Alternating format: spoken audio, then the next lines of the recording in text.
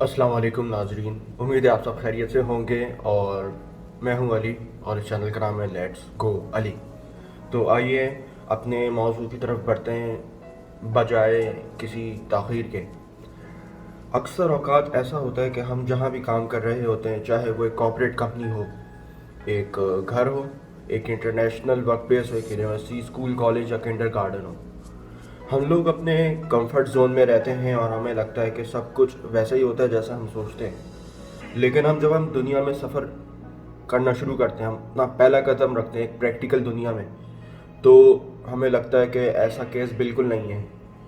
Theory में हमें जो पढ़ाया जाता है वो बिल्कुल अलग है, जो कि असल दुनिया में प्रैक्टिसेस चल रही होती हैं, प्रैक्टिकल वर्ल्ड में जो चल रहा होता है। हमारा आज का टॉपिक है डाइवर्सिटी। डाइवर्सिटी काम के अंदर, डाइवर्सिटी एट वर्क प्लेस। पहले तो ये बात समझने की ज़रूरत है डाइवर्सिटी कहते किसको हैं और ये किस किस तरह के तरीके में ये इसको इस्तेमाल किया जा सकता है, इसके क्या फ़ायदे हो सकते हैं। इस पर अगर ध्यान ना दिया जाए तो ये कंपनी के लिए तबाहकुन एक एलिमेंट हो सकता है या किसी भी जगह के लिए।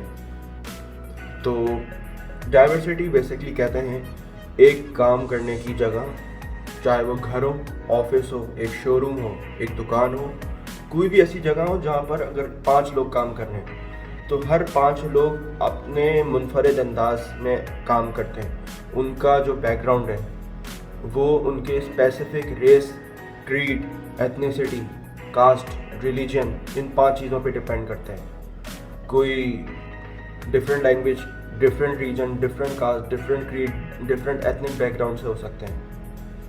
लेकिन कहते हैं कि एक डाइवर्सिटी वर्क फोर्स उस वक्त अपनी प्रोडक्टिविटी की तरफ आती है जबकि वो फुल फ्लैज एक ऑब्जेक्टिव क्लियर करे। आपने कोई रेस पे बात नहीं करनी, किसी के रिलीजन पे बात नहीं करनी, कास्ट, क्रीड, एथनिक बैकग्राउंड, इन सब चीज़ों पे बात नहीं करनी। जो करेगा उसको फाइन होगा कंपनी की तरफ से। जब सबसे पहले आप ये चीज़ क्लियर कर देंगे एक जगह पर, वहाँ पर फेवरेटिज्म नहीं होना चाहिए।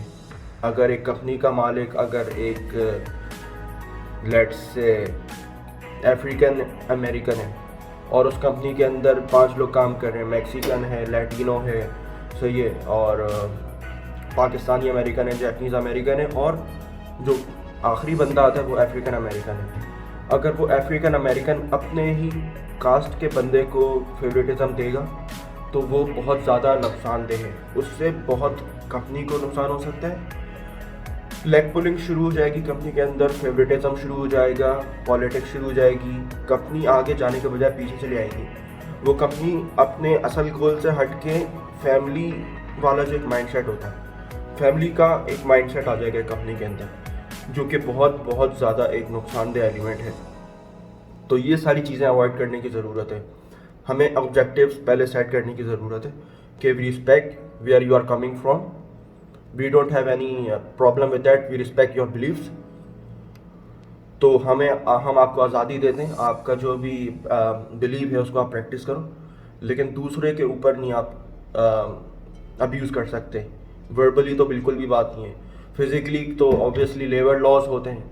फिर इसी तरह अगर किसी घर में मासी काम करती है तो उसको सिर्फ उसके काम की वजह से अगर आप अदना समझते हैं तो बहैसियत मुसलमान ये समझते हो कि हमारी इतनी ये घटियापन है और हमारी इतनी कम ज़र्फ़ी है कि हमें अपने दीन को दोबारा से पढ़ने की कोशिश करनी है। अगर हम ऐसा सोचते हैं कि वो मासी, उसकी कोई औकात नहीं है, हो सकता है अल्लाह के बारगाह में हमसे ज़्यादा वो मोतबर हो, वो डाइवर्स बैकग्राउंड से आती है, उसको हमारी तरह उठना बैठना चलना फिरना खाना पीना नहीं आता।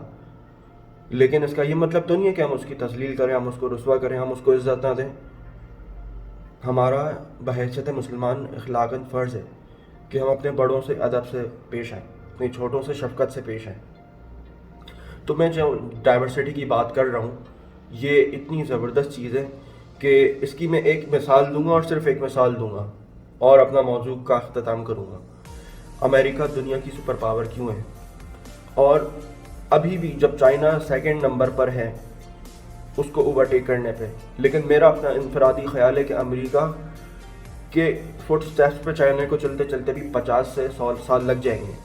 क्यों? अमेरिका کے اندر ایک چیز پائی جاتی ہے، دی امیریکن ڈریم. وہاں پر امیگریشن پالیسیز جو ہیں اب سخت ہیں، لیکن وہاں پر ہر religion, race, caste, creed, ethnic background, ہر مذہب فکر، ہر رنگ نسل کے افراد کو ویلکم کیا جاتا ہے کھلے ہاتھ سے. تو آپ کو ایک چیز سوچیں، وہ امریکہ کو ایک کمپنی کے طور پر لیں، وہ اپنے اندر ریکروٹمنٹ کرتا ہے best talent all around the world. Pakistan, India, Japan, China, north Korea, south Korea, Australia, New Zealand, Europe. آپ امیجن کریں پوری دنیا سے best talent, best brain power ان کو مل رہا ہے. تو کیا ان کا ریسرچ اینڈ ڈیولپمنٹ اچھا نہیں ہوگا؟ ان کا انفراسٹرکچر اچھا نہیں ہوگا؟ ان کی انوینشنز، ان کی ٹیکنالوجیز، ان کا ایجوکیشن سسٹم، ان کا اسٹینڈرڈ آف لیونگ، ان کے رائٹس، یہ سب کیا پوری دنیا کے مقابلے میں اچھے نہیں ہوں گے؟ اور اگر ہم چائنا کی بات کریں تو چائنا میں امیگریشن پالیسیز بہت سخت ہیں. وہاں پر ایسی اوپن انوائرمنٹ نہیں ہے جیسے امریکہ کے اندر ہے. فریڈم آف لیونگ وہاں پہ ایسا نہیں ہے. 2009 کی بات ہے، ایک چائنیز ڈپلومیٹ امریکہ میں گیا تھا کچھ ورلڈ ٹریڈ آرگنائزیشن میں اپنی ڈپلومیٹک جو وہاں پہ سیشنز ہوتے ہیں اس کو کنڈکٹ کرنے کے لیے. تو وہاں پہ ان کو بہت سارے ایجوکیٹڈ ہائیلی جو کلین لیول ہوتا ہے چائنیز اسٹوڈنٹس کا، ان کے انڈیویجولس کا، اس نے ان کو بولا، بہت انسسٹ کیا کہ آؤ واپس آؤ ہمارے ملک. لیکن انہوں نے ایسے سو اینڈ سو کر کے بات کو ٹال دی. آپ کو کیا لگتا ہے کیوں؟ جبکہ وہ اپنے چینی اپنے ہوم کنٹری میں جانے کے بجائے اپنے امریکہ میں رہنا پریفر کرتے ہیں. کچھ تو وجہ ہوگی نا. ان کو رائٹس دیے جاتے ہیں، ان کے رائٹس پروٹیکٹ کیے جاتے ہیں، ان کو انڈیپینڈنس دی جاتی ہے، ان کو نیشنلٹی دی جاتی ہے، ان کو انسان کا بچہ سمجھا جاتا ہے. چائنا ہمارا فرینڈلی کنٹری ہے تو ہم اس پہ بات نہیں کر سکتے زیادہ، کیونکہ it would not be consider as a good friend. میں بھی اس کا ایک ایمبیسیڈر ہوں. I respect my Chinese fellow. But the thing is کہ جہاں بات آتی ہے ڈائیورسٹی ایک ورک پلیس کی، تو میں سمجھتا ہوں if not the best, one of the best places to work in the world is America, no doubt, hands down. کیونکہ دیکھ لیں آپ، کمپیئر کر لیں دنیا سے. تو اس لیے پاکستان کے اندر اگر میں بات کروں یا سعودی عرب کے اندر میں بات کروں تو ہمیں بہت سارے ریفارمز لانے کی ضرورت ہے اگر ہمیں دنیا کے ساتھ ایک گلوبلائزڈ ورک پلیس کے اندر کام کرنے کی ضرورت ہے.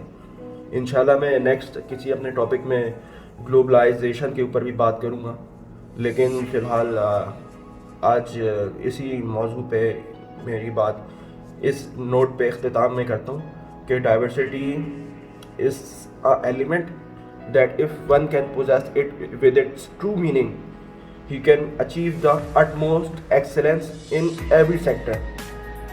تو بہت شکریہ میری ویڈیو کو دیکھنے کا. میں انتظار کرتا ہوں آپ لوگوں کے کمنٹس کا کہ آپ لوگوں کی کیا رائے ہے اس موضوع سے متعلق اور ڈائیورسٹی سے متعلق. اور اپنی محبت کا اظہار کرنے سے نہیں گھبرائے گا. لائک کیجیے، جتنے نئے ناظرین ہیں پلیز ویڈیو کو سبسکرائب کیجیے. اور انٹل نیکسٹ ٹائم، دس از علی سائننگ آف. اللہ حافظ.